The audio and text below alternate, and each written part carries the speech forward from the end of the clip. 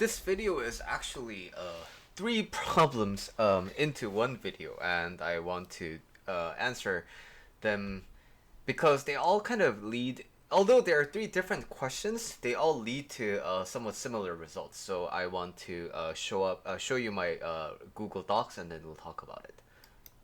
So the first question is, how do I find the reason I'm stressed? And for context, these are all viewer questions. And for the first question, the context around it is basically this client is finding that in the day-to-day, they're just feeling very drained.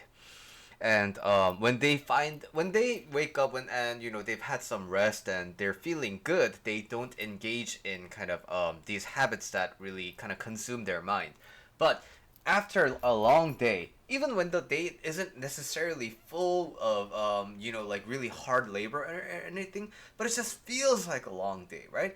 And when you come home after a long day, you're looking for something to just kind of occupy your mind, and then my client finds themselves in a situation where they get consumed by scrolling and then feeling bad, comparing and blah blah blah and so on. So my client, luckily, and I'm very happy for this client because they are able to kind of self-diagnose. Oh wait, I'm doing this. So all of this is the discovery by the client, and but I gave them the advice of, hey, so now that you're on your way to noticing these things, I would also just encourage you to think about something in your day is making you feel like it's overwhelming. Something in your day makes you feel stressed. And so that means inside of it, there's something that's stressing you out. And I would love for you to pinpoint what that is. And the natural question is, how do I do that, right? The second question is related to my video about pornography addiction. And one of the viewers wrote a comment, hey, this video is good. And so now that I know this, what should I do next? So that's the second problem. And the third is from a viewer on the Discord. Basically, their parents, they didn't explicitly forbid this person from dating. They didn't say, hey, you can't date. But what they did is kind of vicariously say, all the people in your age group who date, they're empty-headed. They have shit in their brain, and they're just lost causes. But you're different, and things like that, right?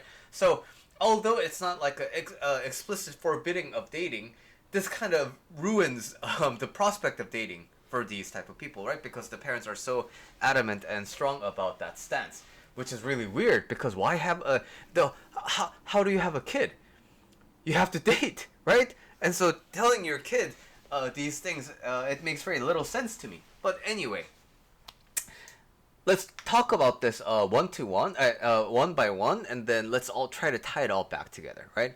So how do I find the reason I'm stressed?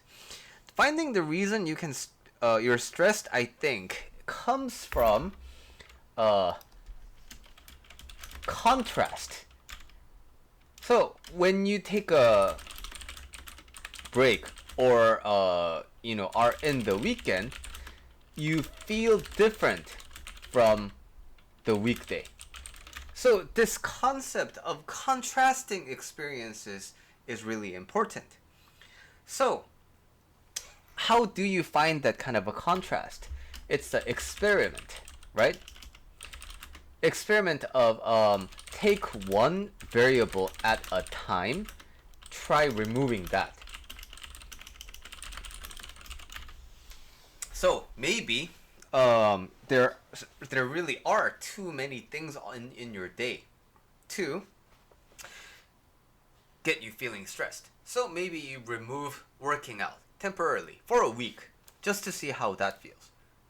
And then you plug back in working out, and then you take out a creative thing, and so on. This kind of experimentation, especially related to contrast, what this does as a side effect is that you become the driver's seat of your life. Instead of thinking day by day, depending on how you're feeling that day, oh, I think I'm gonna go work out today, oh, I don't know, today I don't feel like it. instead of letting that kind of momentary impulses having to drive your decision, when you're putting on an experimenter's hat and you're planning your days out, you are in charge of how you are going to live your life. And so this side effect is actually what I'm more interested in, because that is what gives you the power after the experiment to live life the way you want it, right? And so for this one, I think it's important to experiment, and especially related to the contrast. When you take one thing out and you add one thing in, and or you take two things out, or you try adding one new thing in, as you do this, how does it feel different compared to the previous state? And keeping that in mind and being conscious around that, I think, is a great way to act, and in order to find the reason you are stressed. So the second thing is about pornography addiction, right?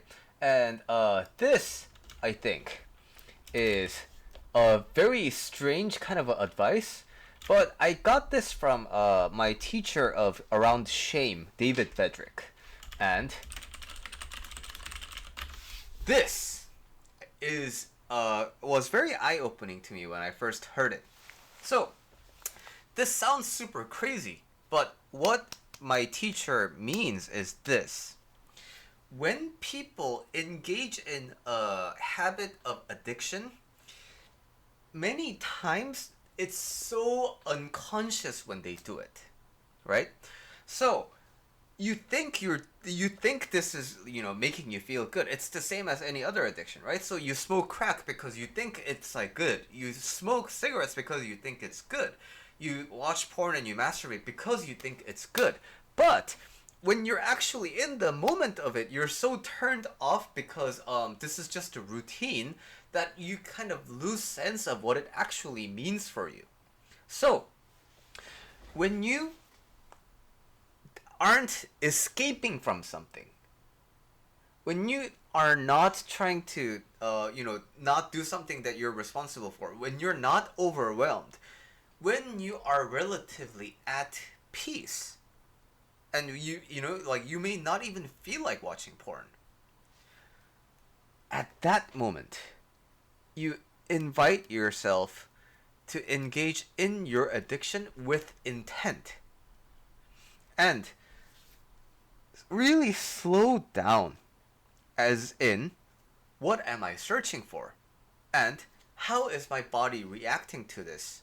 And when I see this stimulus, what's happening here? Am I listening to the sound? Like what parts am I looking for? When I like certain visual stimulus, why do I like it? How is it pleasing for me? Right? These things, they seem like kind of a bit of an embarrassing thing to do with yourself. But the thing is, you're engaging in all of this for a very specific reason. And that reason, once you uncover it, you find what you're actually looking for, right? So many times, smoking a cigarette, that habit is developed so you can take a break. So you can go outside for a little bit for a refresher, because if you have hyper focus, you may feel like, oh my god, I feel like I'm cooped up here. So naturally, your desire to take some breaks, your desire to kind of spread your life apart a little bit instead of making it so compact, that underlying reason can manifest into an external kind of a phenomenon called smoking. So these two are not necessarily that obviously interrelated, but they are interrelated. And so when you engage in your addiction with intent, and as you're slowing down, really taking into focus what is happening in your body, and you don't have to do this like in one shot and gain all the clarity you need, right? This can take time, and it's okay to take your time in this process, because you're just learning about yourself, and that's the important part. You're not really in a rush. And the third, right? How do I go against my programming? This is daring to try but in a relaxed manner. This is ironic. This is kind of a, it seems orthogonal, but it's this. You have to be willing to try what your parents forbid, whether explicitly or implicitly, what your parents forbid you from doing. When you make this decision, right? The reason why people get stuck is people don't try. People don't try to go against their programming. So, what ends up happening is when people decide to go against their programming, they do it with a lot of tension, and they do it with a lot of stress. And that is what really kills the experience. Oh my god, I thought this would be good, but my parents were right, it is horrible. Well, everything is kind of horrible when you're that stressed and that tensed, right? So, it's a combination of you being daring enough to try it, but at the same time, you being relaxed enough to be okay with the prospect of it failing. You're not trying to succeed or fail. That's not important. You're trying to see if you like it or not what your parents think. It's very clear to you what your parents want. It's very clear to you what your parents think. But the problem here is you don't know what you want. You don't know what you feel. And in order to do that, you have to try it for yourself, right? And it's to have that delicate balance between daring to try, but you do it in a relaxed manner. Now, realistically, what's going to be the opposition in your mind? Oh, but what if I'm so rude and so socially awkward and then they hate me? Well, the thing is, even Jesus, even Buddha, they weren't universally liked. So it's a very unrealistic expectation that everyone has to like you. It's a very unrealistic explanation that people have to like you at first glance. So, whatever happens is just a natural thing that happens between people. It's not really special, right? So, but you may be thinking, but what if that person is the one and then I fuck up because of this? Here's the thing.